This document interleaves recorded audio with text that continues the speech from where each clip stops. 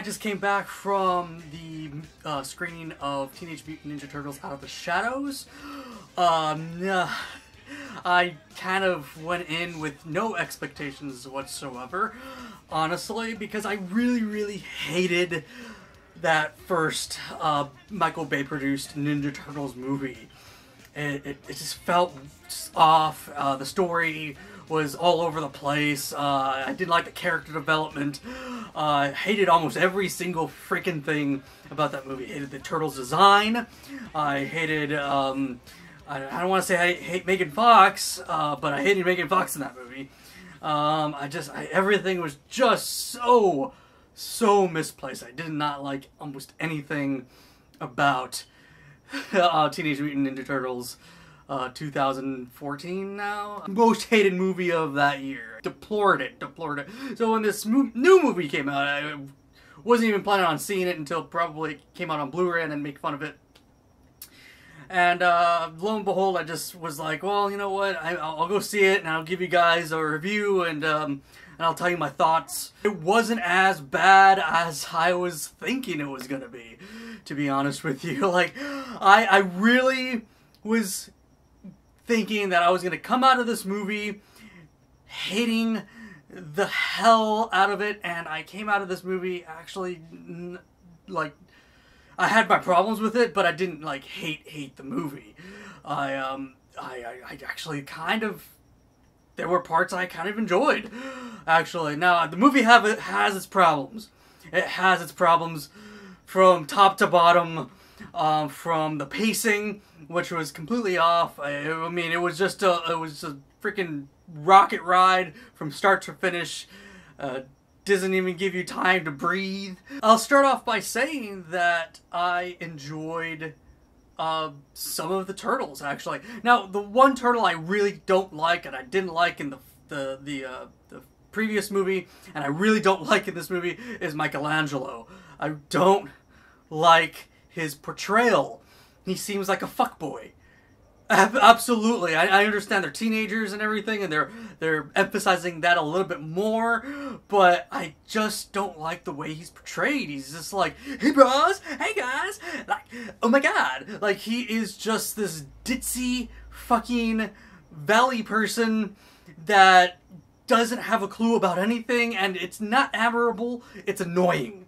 And I hate that. I hated that in the first movie, and it doesn't get any better here. I hate that just as much now as I did then. It does not work for me whatsoever. Megan Fox still does not work for me.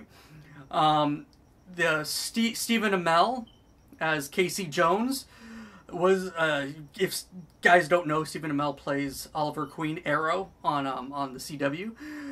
He's a new Casey Jones. Very pretty man. But,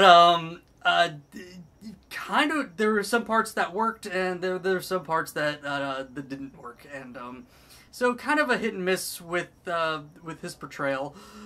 And, Will Arnett is just BoJack Horseman the entire movie. That's all I have to say. The story is incredibly rushed. We're introduced to new characters way too fast. I didn't like it.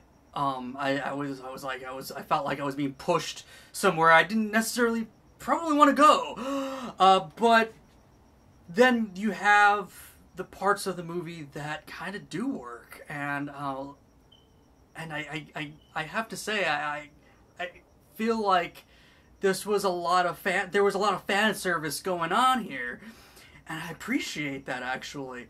And not fan service from the people that grew up with the original comic book, but the people like myself that grew up with the original cartoon, actually. This really paid a lot of homage to the original cartoon, and there are parts of it that I felt like I was watching Secret of the Ooze. I also kind of felt like I was watching Ghostbusters 2 for whatever reason while watching this movie, but a lot of it was like the original cartoon, and I kind of appreciated that. Actually, I mean, I grew up with that cartoon. Looking back on it now, on some of the episodes and everything, maybe not everything worked. And it's cheesy. It's very cheesy, but, you know, it's a piece of nostalgia. And there were parts of the film that felt like pieces of nostalgia. There was an instance where Casey Jones is beating the crap out of this bar to try to get information. He's just like vandalizing this bar to get information from the bar owner, and Vanilla Ice is playing, and I thought, oh my god, that's funny. That is funny. And the new additions to the film, other than Casey Jones, is of course Bebop and Rocksteady and Krang.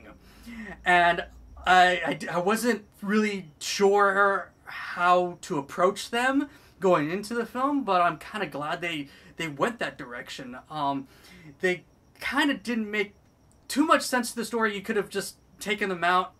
Bebop and Rocksteady, that is. You could have taken Bebop and Rocksteady out of the film, and you would have still had the same film. But as somebody growing up with the cartoon, it was kind of welcome. It was just like, this is what Teenage Mutant Ninja Turtles 2 back in, like, what, 91 should have been. Now, I'm not saying the story, that the story should have been that way, or the way that they were portrayed, or on any of the developments that happened, the plotting was any good. In fact, I have to give points to Secret of the Ooze, because Secret of the Ooze had much better plotting. Of course, I like the character designs a lot more in Secret of the Ooze, but as far as introducing Bebop and Rocksteady, as far as introducing Krang and the Technodrome, that was actually kind of well done here, and I was just like, well, I'm digging this. This is like this is like a cartoon version of what we should have gotten 20 years ago, and we didn't. Instead, we got Turtles in Time, and no one asked for that. But I really think that they really hit it. They hit it kind of accurately here. And that's what impressed me about this film. I kind of enjoyed them trying to do more of a conflicted turtle problem.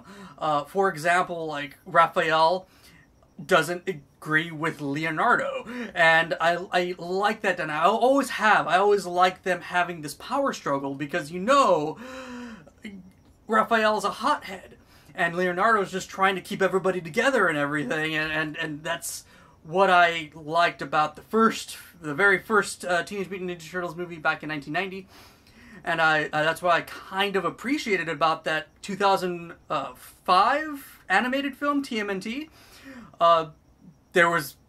That film had its problems, but at least I could say that I enjoyed that aspect of that animated film, and I really kind of I appreciated them trying to do that here in this film. They didn't really hit it. It was still a miss for me. The big miss for the film in general was that it really pandered to children a lot. Like, I felt like for a good 80% of the film, nobody spoke above a 7-year-old, which is unfortunate, because you look at other films directed at kids that have just even come out recently, for example, Zootopia, and nobody in that film spoke like a 7-year-old. They all spoke like adults, but it was still an animated film geared towards children. I mean, there were some childish jokes here and there, but there were adult situations that people my age can still appreciate, and that's what I felt was kind of lacking in the just Ninja Turtles movie. It's just that it pandered a lot to that young 7-year-old demographic. A lot of it didn't connect with me because it was very young humor. I didn't appreciate that. Even the first Ninja Turtles movie back in 1990 did not pander to like the young demographic. They took its audience seriously. Even the second movie, which was a lot more child-friendly, took its audience a lot more seriously. I didn't appreciate that about this film. I thought the Shredder was very underutilized. In fact, they never really referred to him as a Rokosaki, and his his mask was just non-existent. for the majority of the film. In fact, that's not even a spoiler. His mask, he's not wearing his mask 99% of the time. And it's not the Shredder.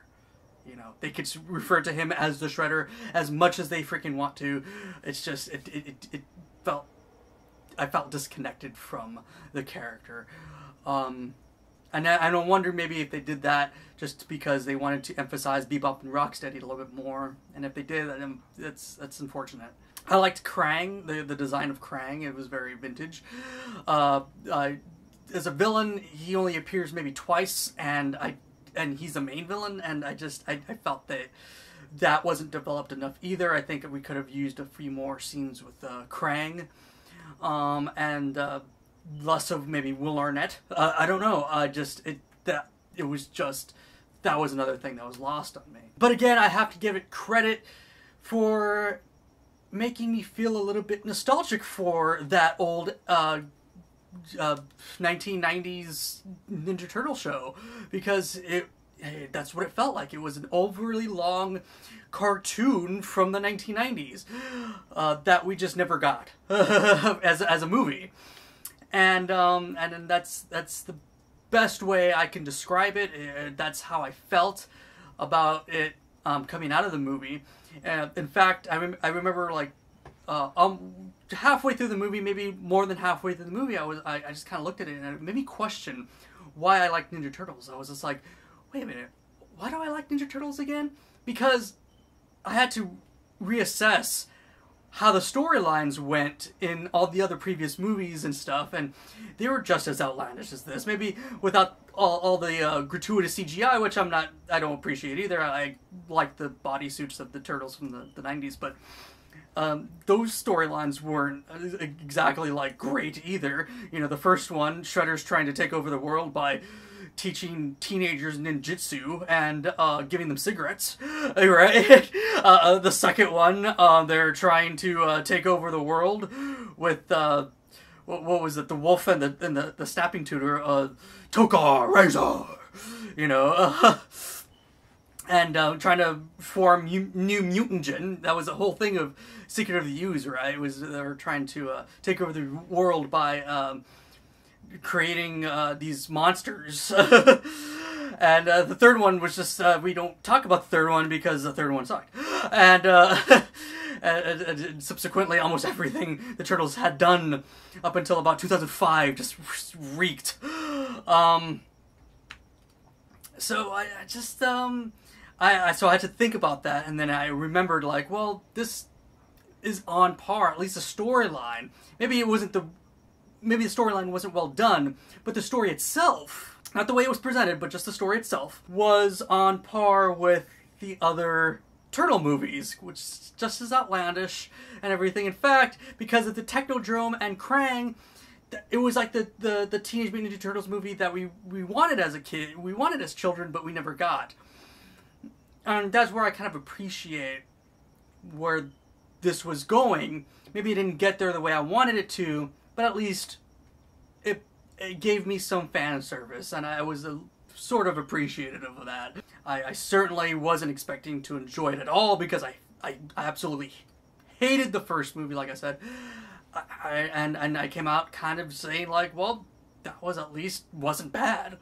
You know, and you know, and the film ended with the classic Teenage Mutant Ninja Turtles song. It was an upgraded rendition, but unlike the previous film, at least it gave us that song. You know, Teenage Mutant Ninja Turtles, and then I was singing it all the way home, all the way here. I was just singing it because I was just like, it's stuck in my mind now. God damn it! Now I want to go watch some fucking cartoons. I just that's the way I felt, you know. Actually, if you enjoyed the cartoon when you were growing up, or grew up with that cartoon at all, like, you might actually want to check this out. I can't believe I'm actually recommending people to watch this film, but if you were like a fan of this movie, like I was back in the day, it might be worth your time, because it is kind of played out like a live-action cartoon. And that's actually maybe to its credit. Not to its credit with the storyline, the pacing of the story. It happens too fast. We don't get invested in any of these characters still.